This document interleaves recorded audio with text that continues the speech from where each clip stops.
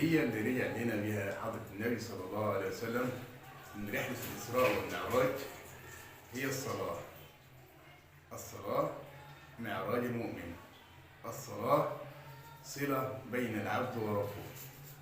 الصلاة مناجاة ولقاء مع الله تبارك وتعالى.